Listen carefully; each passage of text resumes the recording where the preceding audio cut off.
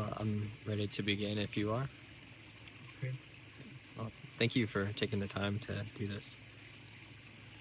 To begin, could you share just your name and a bit about your journey to becoming a monastic? Sure. Namaskar. My name is Bhante Varrapanyo. I'm an American Buddhist monk. I've been ordained for 6 years. My teacher is a monk named Sayadaw Ashen Tamathara. He's a Vipassana meditation master, very well known in Thailand and also Myanmar. Been practicing meditation and Buddhism, attending retreats and learning with teachers for 10 years. And in 2018, I ordained.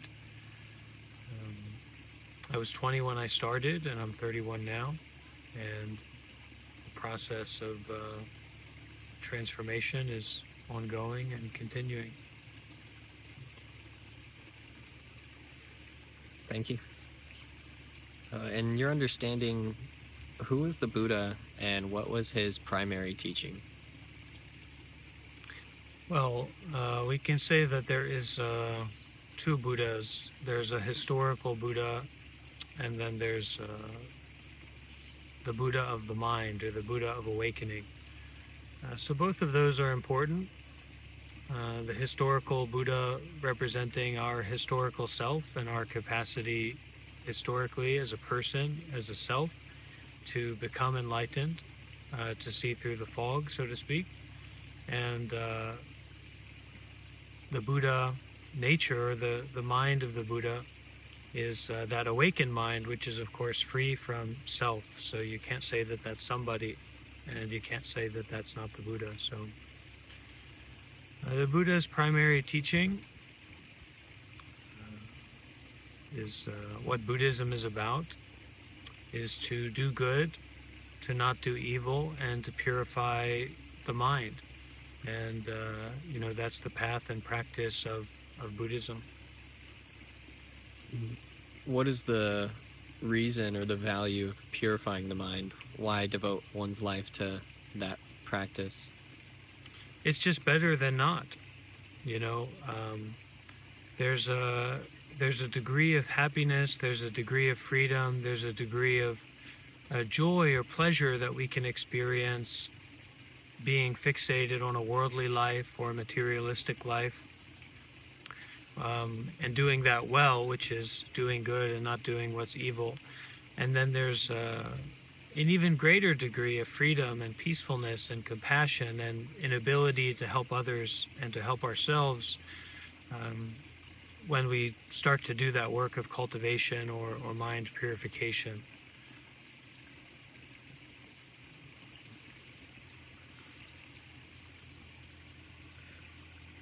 Can you share a little about what Theravada or Theravada Buddhism is and how it's distinct from other forms of Buddhism? Well, really the distinctions between Theravada or Mahayana or Vajrayana, the three major schools, are basically cultural. And they use different forms, they use different methods, they use different instruments of teaching the teaching of the Buddha. So the Four Noble Truths, the Eightfold Path, doing good, not doing what's wrong, purifying the mind is shared with all traditions completely.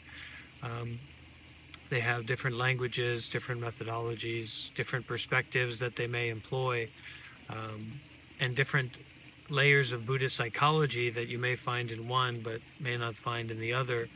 But it still all comes down to the root of the Buddha's teaching on dukkha, on anatta, on no self, on anicca, impermanence. So all of that comes together in Buddhism, and it's a unique aspect of Buddhism that all these different traditions and forms share the same root teaching, and that they actually don't differ on that. Just differs in terms of Buddhist psychology that they employ, which is very refined and difficult to understand, and also the forms of practice or the ways of teachings that they employ. So dukkha, or suffering as it's often translated, was one of the main focuses of the Buddha. And he explained that there are causes to suffering and a path to be free of suffering. Can you share in your understanding what dukkha or suffering is, and what the causes are, and how one finds freedom from that? Yeah, to my knowledge and my experience, the dukkha is a kind of entrapment in ignorance.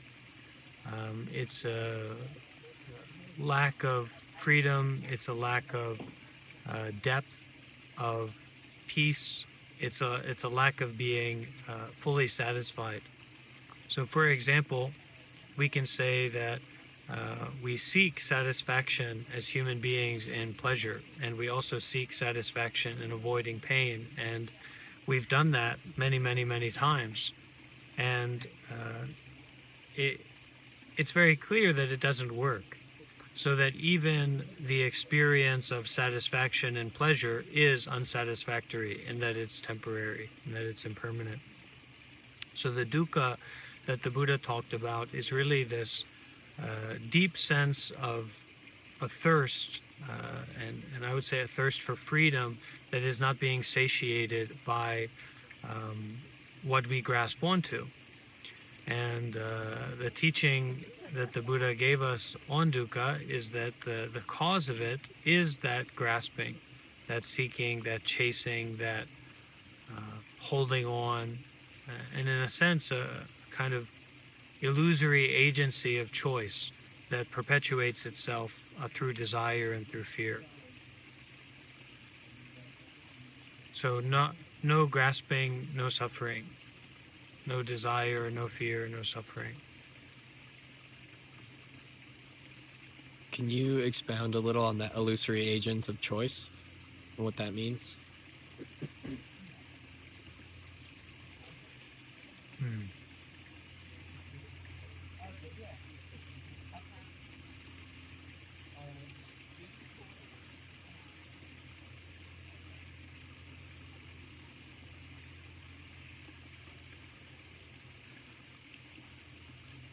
Well, it's not something that I can speak about directly, but I can allude to it. So, for example, how much choice do you have in terms of being alive right now? And so you can give 1,000 answers to that, and you can give 1,000,000 justifications for those answers. But the fact is that, whether or not you are alive right now, or that your body is alive right now, is based on cause and conditions that you have no control over. So it's not so much a matter of philosophically discussing or exploring if we have free will, as much as it is a exploration of deep looking. And when we look deeply, we are not picking and choosing. So the teaching on the satipatthana, or the mindfulness of breathing, is about fixating our attention, or kind of grasping onto something that is so simple that you can't find a self in it. You can't find a chooser in it. And so the choice becomes something so simple, just to be mindful. And in making that choice, you can see slowly but surely, you can kind of see the impermanence of self in the choicelessness of just being aware. So along those lines, So you said, in sharing about suffering and freedom, that if there's no grasping or no desire, there's no suffering. I think some people can grasp that intellectually, but still find difficulty in the act of not grasping, of not desiring, of letting go of those fixations. Can you share how someone can do that, or how that comes about, that one can actually experience that freedom? Yeah, well, if we're poor and on the streets, okay, sure, we might want some money, we might want some gold, but what we would like to have is some rubies, some sapphires, some emeralds, some diamonds, gems, right? That's valuable. So in Buddhism, we have the triple gem, the Buddha, the Dhamma, and the Sangha. So that's the historical Buddha and his teachings. That's the awakening mind. It's the Dhamma, which is the teachings of the Buddha, but oftentimes not understood correctly. The Dhamma is something that's conveyed to you, that reaches you, that transforms you, that guides you. So the Dhamma that the Buddha gave was the Dhamma of that situation at that time with that person. So it was an enlightened being speaking directly to a person that they were face to face with. Many records of the Dhamma are like that. So we take refuge in the teachings of the Buddha, but also the experience of being with and being around Dhamma teachers and getting access to the Dhamma itself. The ways and means of ungrasping, untangling, freeing, compassion, experiencing compassion. And then the Sangha. And all of these go together. It's a kind of a trifold jewel.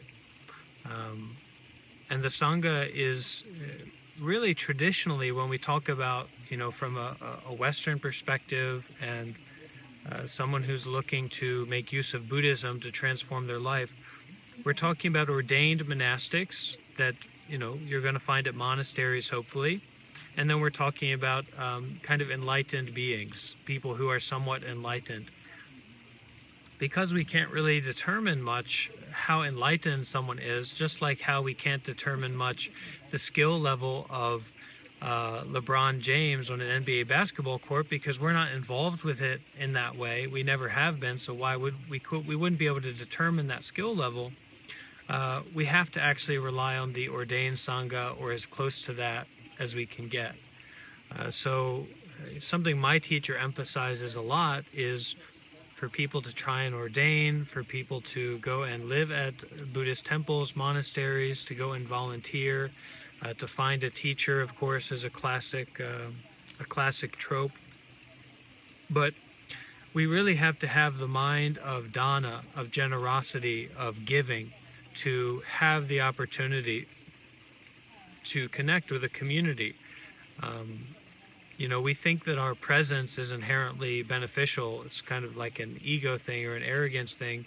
But actually, what's beneficial is to use our presence to give, to share.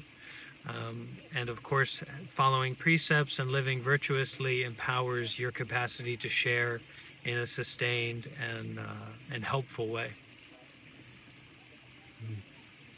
Thanks. Excuse me. So another question I have is, what is nirvana and what is samsara?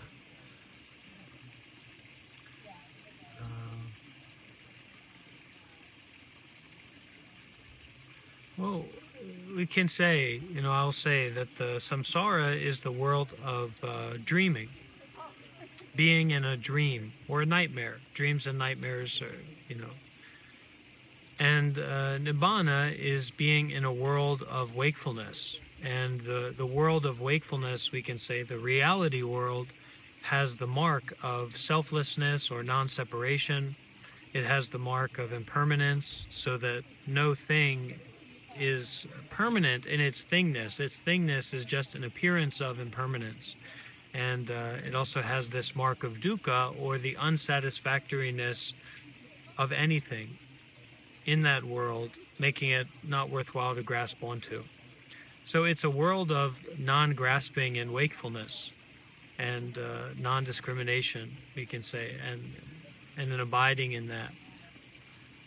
And the world of samsara is, this life that you deal with your traumas, with your fears, with your stories, with your character, with your identity, with this revolving door of birth and death.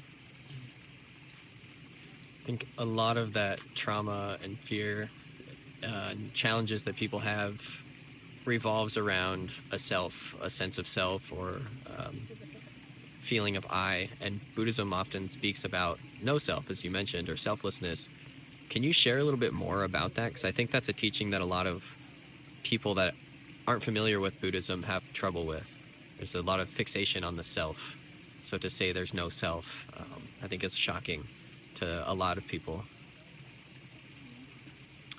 Well, it gets into a kind of experimental and experiential realm. And to enter into that realm, much like to enter into the NBA or to enter into a specialized field of sciences, you have to sacrifice.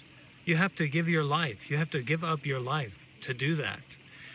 So a good thing to watch out for, and it's not always going to work that way, because some people have liberating insights out of the blue, and some people have been training for a long time and don't basically have no insight or development. But you want to look at how much you've given yourself to understanding this. That's how interested you are in it.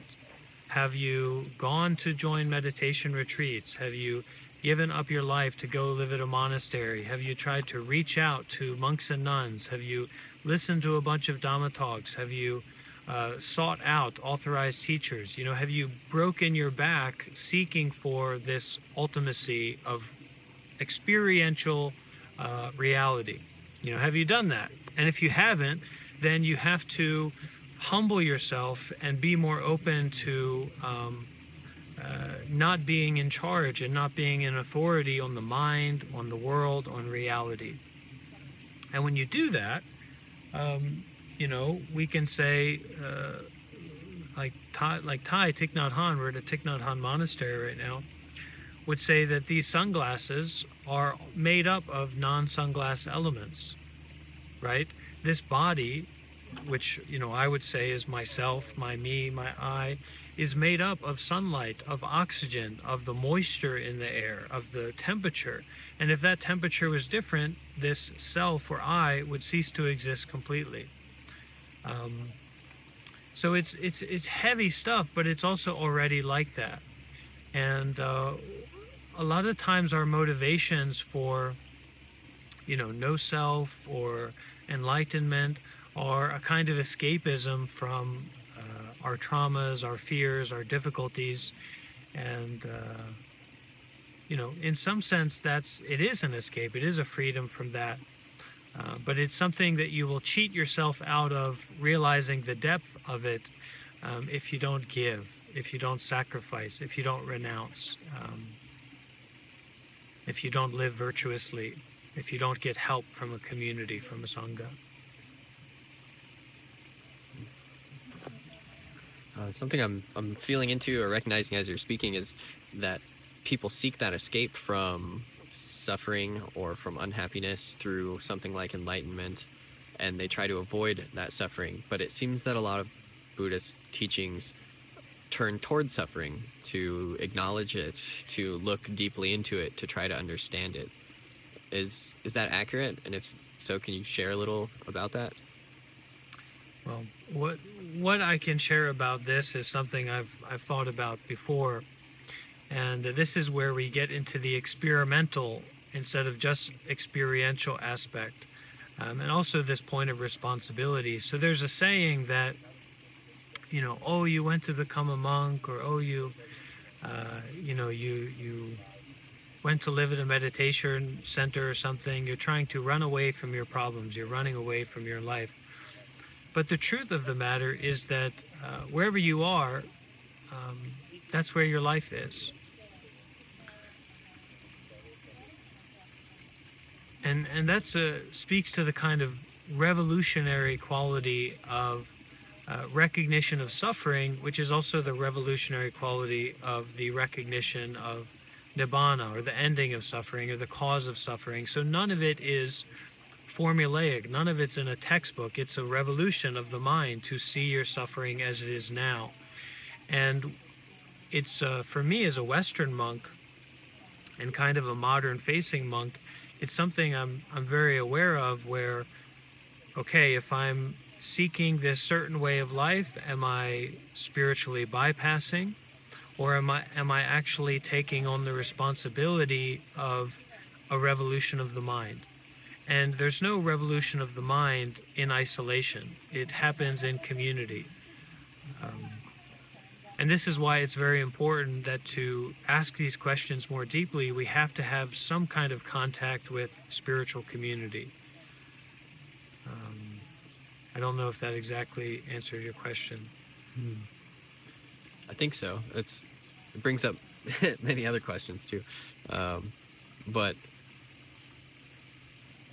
I guess one of the questions I really want to ask you as well is around this practice of mindfulness and meditation, sometimes used interchangeably, sometimes spoken about very distinctly.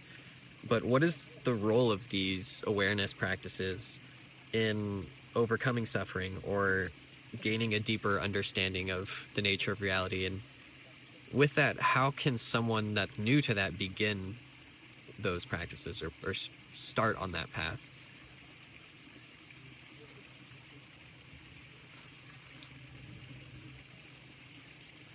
It's not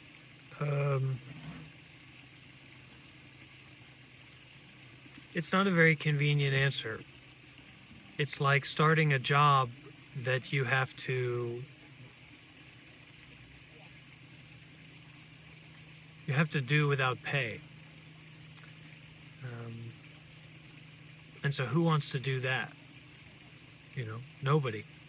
And that's who we are accessing when we practice mindfulness. We're accessing nobody, because the thought forms of someone at some place in some situation having some kind of experience with some kind of past and some kind of future, this characterization of the I in a thought form is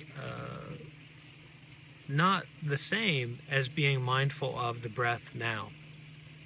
So this direct experience of being mindful of the breath now is an inroad to grasping or connecting to something that is already not based in a self-identity. Now, when we move more and more into that, we develop concentration. We may understand about ourselves a little bit more. We may learn how to relax the tension in the body. But the problem for us as human beings is that we're looking for a quick fix. We're looking for the cheeseburger. We're not looking for the growing our own vegetable garden. And that's something we have to wrestle with when finding the path. You have to really become aware, and this is what we become aware of in mindfulness meditation or in practicing meditation, whatever kind of meditation that it is how constantly this clinging, grasping mind, this habit energy, pulls us away into thought forms of self-identity and judgment and all this. That's why traditionally, and I really feel that we can, as practitioners, we can get a lot more success if we approach it in this way. The entry point into Buddhism is dana. It's giving, it's generosity, it's renunciation. And through that, we build a base of merit or benefits or blessings through doing good that we can then use to not do evil, to restrict our behavior that's oftentimes based in pleasure seeking or pain avoidance, to be more ethical, and then we regret less. And when we don't have regret, we can get deeper into the nature of mind that is actually quite profoundly peaceful, and it doesn't actually have anything to do with a separation, a self that's separate, which is already naturally apparent in everything. It's like a law of nature that this body is not separate from the environment in any realistic way. It's only in an arbitrary way or in a relative way, which is meant to be used for practical purposes, to help others, to do good, to not do evil, to plant wholesome seeds, to weed out the weeds, and to purify the mind if we're a Buddhist. It's not to be used for any other reason. But we have to be careful about approaching meditation and fixating on meditation right out of the bat, because if we don't have training, if we don't have support, if we don't have guidance, we're actually just going to make more knots and blockages and sufferings inside of ourselves. It can be quite dangerous as well to meditate seriously without those supports, whereas for practicing generosity and following precepts, you're not going to run into dangers that way, and you'll be able to really enrich your life a lot.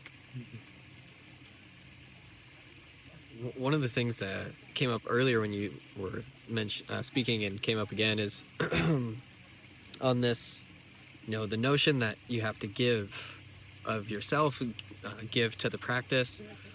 I think you spoke to it a bit in this last answer with like the cheeseburger and the garden analogy, but the thing I know from my experience with people in the world is, I think the big question would be why? Why devote myself? Why give of my time or energy to investigate this thing?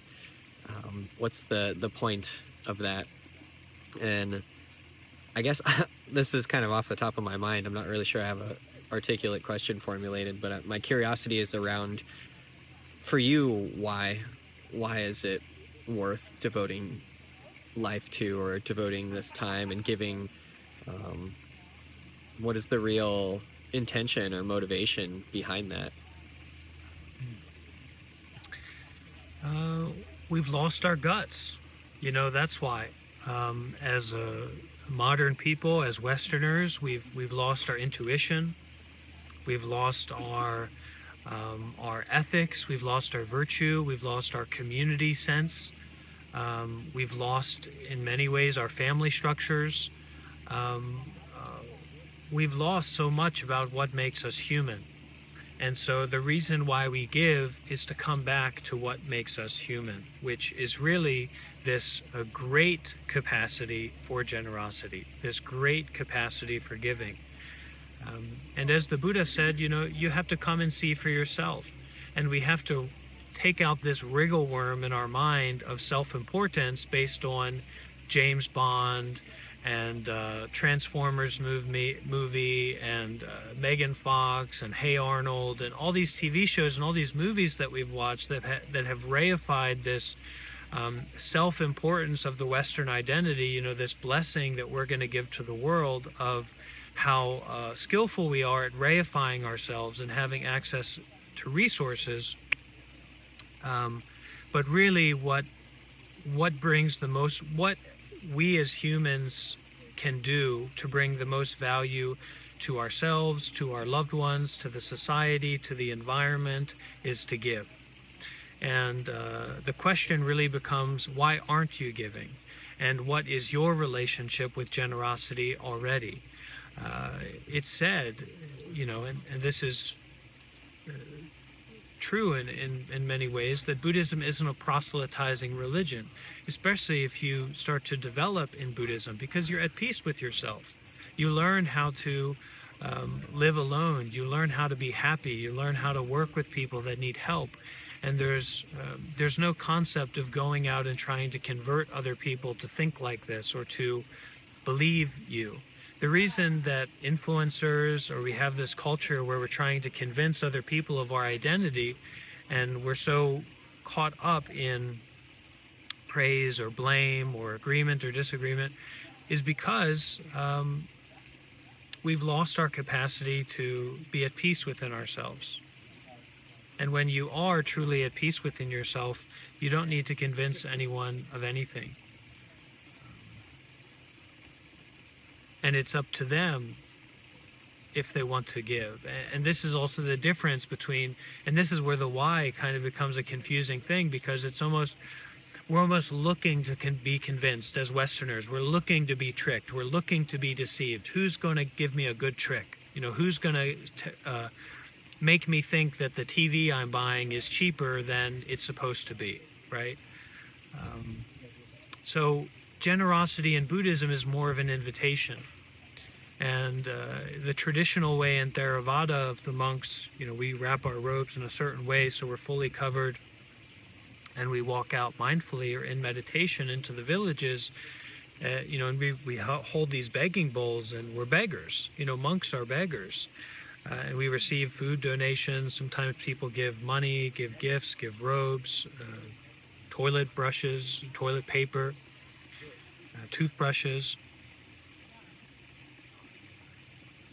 And it's all under this premise that it's an opportunity to give. And so I would ask, why are there so few seemingly opportunities to give?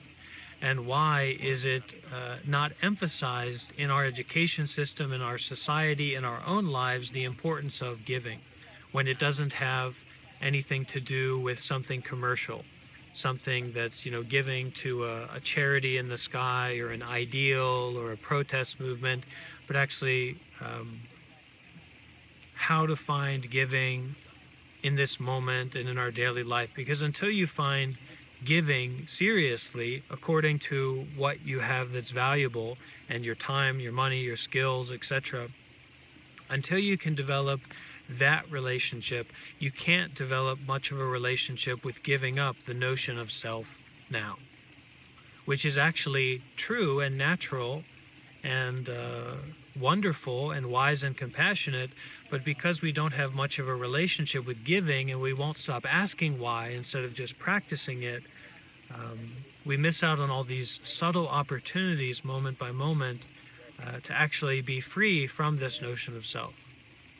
And that means relaxing the tensions in the body, relaxing the tensions in the mind, finding our breathing, and enjoying the peaceful opportunity of hearing, of seeing, of the experience of breathing, and seeing things and experiencing things just as they are. Would you say that freedom, the freedom that we ultimately seek, or freedom itself, is freedom from self?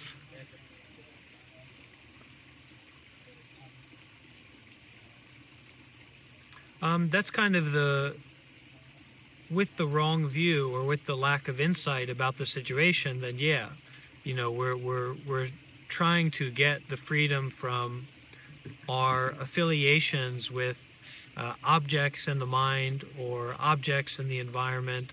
But what's not seen in that is the spaciousness between affiliations, the spaciousness between objects in the mind, the spaciousness in between thoughts, feelings, sensations, forms, perceptions, and that actually this space is more to the point of what's actually happening, and more to the point of how life goes and who we truly are, And it's like if you had a book without spaces in between words, you wouldn't be able to read it. It wouldn't make any sense.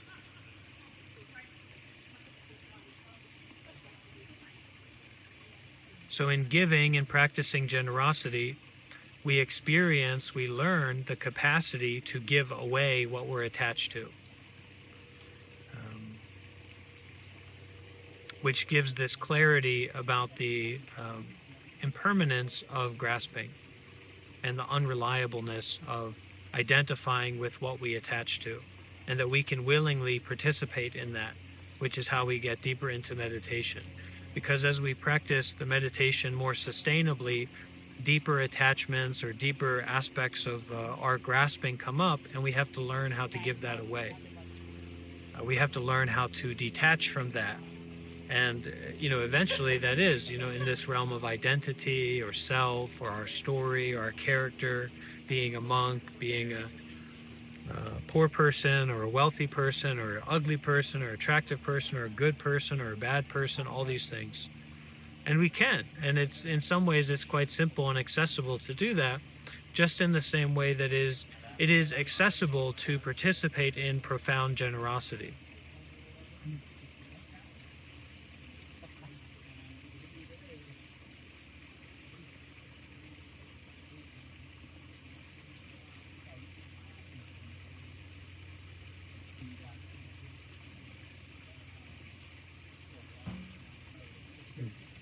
The last question I'd like to ask you is, really, I want people watching this to get a sense of how they can find peace in their lives. And I think you've spoken to a lot of it already, but just a more focused question on what kind of practical advice could you give to someone that is living in the world that may not have an interest to ordain or devote themselves so fully, but how can they, in their life as it is, start to find a little bit more peace and freedom? Well, if you're you have to notice where your attachment basis is. So if your attachment basis is on money, or if your attachment basis is on your free time, or if your attachment basis is on, a relationship or sexuality or whatever it might be, you have to start experimenting with stepping back from that or giving that away. So fasting from sexual practices, for example, or using your free time to volunteer, or using your money to help others, to benefit others. And this is very powerful if you start doing that.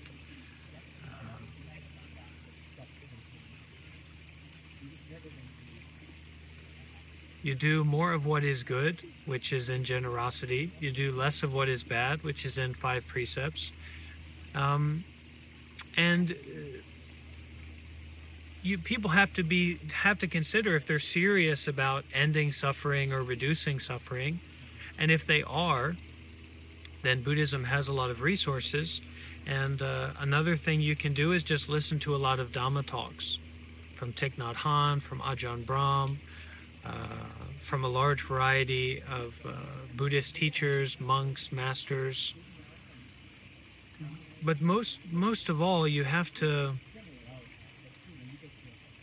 stop being such an arrogant fool and be open to life not being the way that you think that it is, and be open to life not being about you. And that as an invitation to give and to help and to serve and to go outside of your comfort zone, concerned with the path of ending suffering.